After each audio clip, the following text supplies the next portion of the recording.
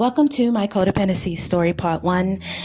Thank you guys for being super patient with me. I was supposed to get this upload done weeks ago, and with a lot of attempts and redos, it was hard for me.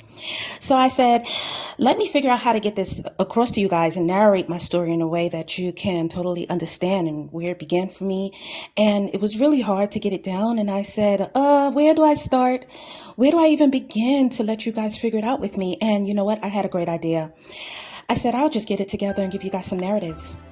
This is me, 2011, in the winter of 2011, performing in Jamaica Arts Center in Jamaica, Queens, New York, performing a poem for roughly 100 people. And as big as my smile was here, I was suffering my greatest pain.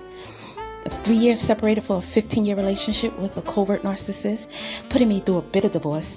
And I was 1 year into a relationship with a grandiose narcissist who persuaded me to do this show, by the way. Yeah, your girl, she never learns. But stop. That's not where it began for me. Let's really take a closer look at this. This is my serious phase. This is where it begins. As a baby, when my mother met my father, and you know what? It was young, it was fiery, and it was intense. And I guess with all that fire, as soon as it fired up, it fizzled out. And he walked away when I was 2 years old, and it hurt because I think he took a piece of my identity with him. I never got to know who he was, and I'm sure it hurt my mother.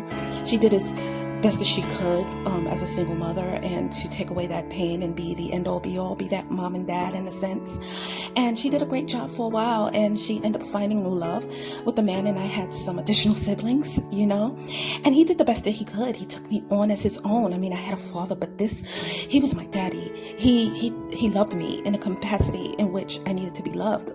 For, you know, that beginning, you know, but the 70s and the 80s took hold of him, and drug use and alcoholism spiraled into his life, and he couldn't be that king he needed to be for us. And it was hard, you know, it was really hard.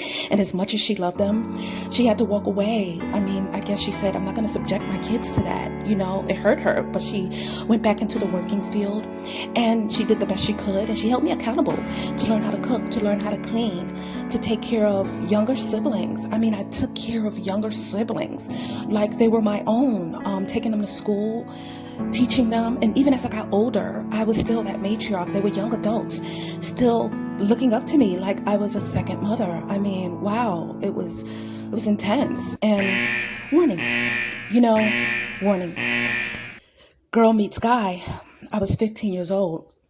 And he was a bad boy, and he said, you know what, run away with me. Let's have this fantasy. Let's have this life. Let's build this family. And your family don't love you like I can. And you know what? I believed it.